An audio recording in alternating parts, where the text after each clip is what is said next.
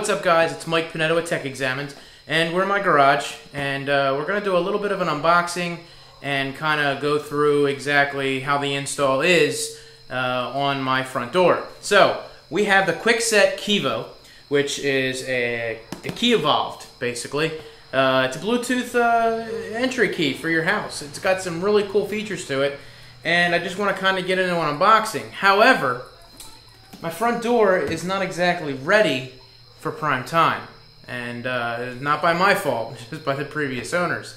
So we're going to cut away to that real quick. The lighting isn't going to be so great, but I just want to kind of show you guys what we're working with and what I have to do before we install this, because I have a lot of other stuff back here as well. So pretty sure you can put two and two together. So let's go to the front door. Alright guys, so here is the front door. Not much to look at this way, but the real show is on the outside. So the whole unit is going to basically be hooked up in here, in this portion up here, and we do have a new handle that I had to buy, or knob that I had to buy for this.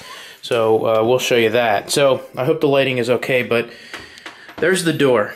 Yes, it's yellow. It's not pretty at all, and it's kind of difficult to see here, but I'll give you some more day shots and whatnot. So there is a lot of old paint that needs to be removed before I can do any of this.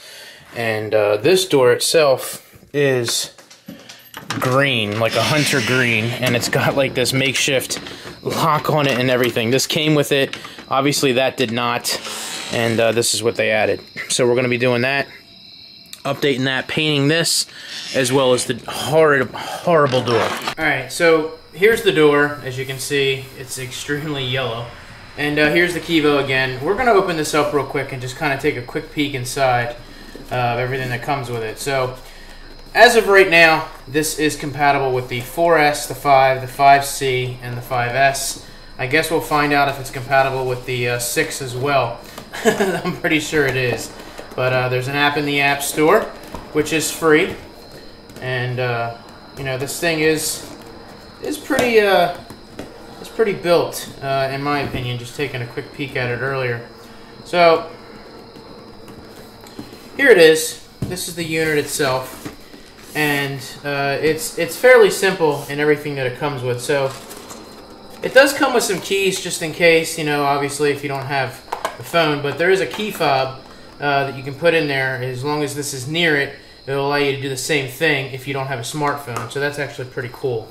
And beyond that, you know, just kind of quick running through it.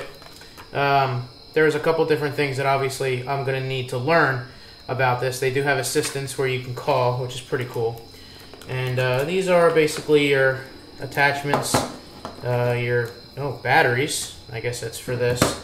But all your stuff for the door and all that good stuff, which is the hardware I'm going to need. So there's a lot of bolts, a lot of screws, things to go through just to make sure I have it correct. There's your keys. And here's the unit that'll be on the inside of the house. It looks like that's where everything is at in there. So we'll go through that and check that out. But you know, this is going to be basically your little command center, I think. It's going to let you know a lot of information about who's been in the house or who's opened it up, and if you got kids that you know, come home from school or considered latchkey kids, you know, this is going to help a lot with that. So this is going to eventually hook up to this, and it actually has a blue ring around it and a red ring, which is pretty cool to let you know that it's communicating. So that's really a whole lot, not a whole lot more with it. Like I said, because this is just basically the piece that's going to be going in here, and on the inside of the house, you're going to have this piece, and we got a new KwikSet, basically a keyed entry as well. Now, what's really cool about this is you can actually recode the key with this to work with the, you know, everything together. So that's actually pretty sweet, and I think that's actually pretty cool. So I did pick that up. I tried to get as close to the same color as I could by looking at it. So I believe that that's it. I would hope that the same brand would do that. So with all that being said, it's now time to prep the door and start taking everything off and start priming it. We're going to sand it, just get this old paint cleaned off of here because it's just a mess inside here. And we're going to sand it down a little bit, prime it, and then get it ready for paint. So they did such a horrible job. I got to show a different angle of this. This is atrocious that what they did to this poor door. I mean, you can't see it in the camera. I'll show you up close, but oh my God, this is horrible. I mean, I'm not much of a extreme, handyman or freak when it comes to my door or my work, but God, I don't think I could have let this go. I would have had to have repainted it. So, fear not, I watched a few videos on it, so I'm pretty confident on the proper way to do it. So everything is set. All right, enough talk. Let's go ahead and get this door prepped, and I'll let you enjoy that comedy of ours.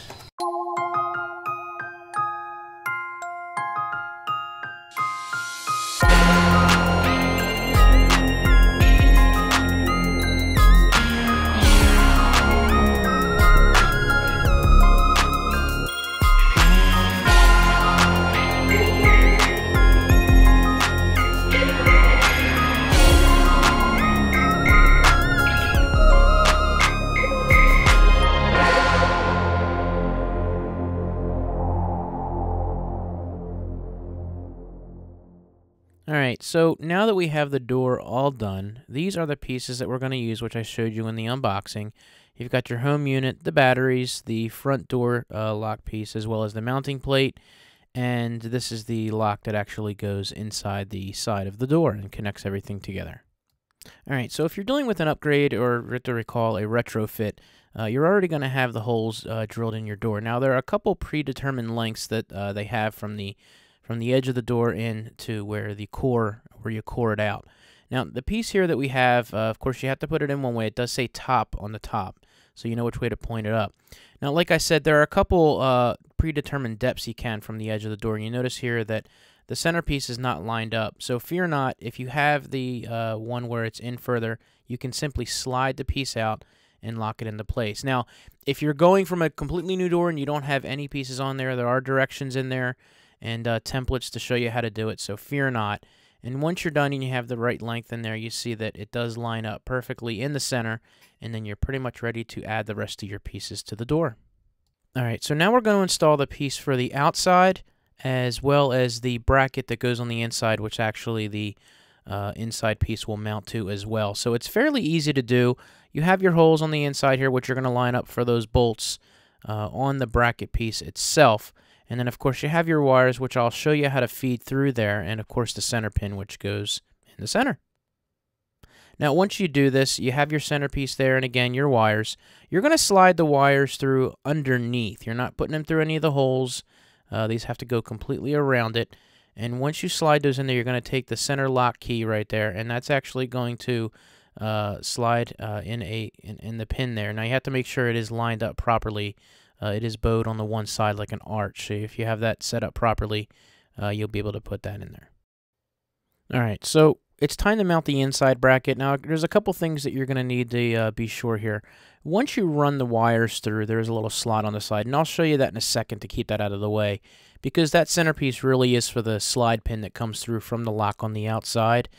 And the one thing you do have to make sure also is that your bolts line up with the holes that are on the outside lock. If you don't do that, of course, nothing will line up, and it kind of makes it foolproof, so you have the lettering that's on the outside of the block line up properly.